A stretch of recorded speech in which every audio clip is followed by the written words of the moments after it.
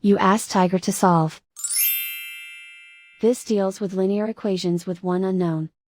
The final result is x equals -10/7. Let's solve it step by step. Simplify the expression. Expand the parentheses. Simplify the arithmetic.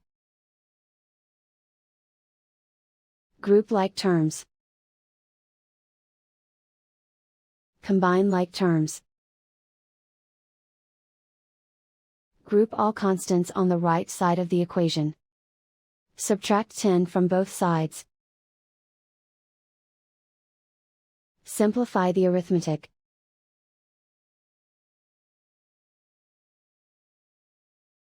Isolate the x.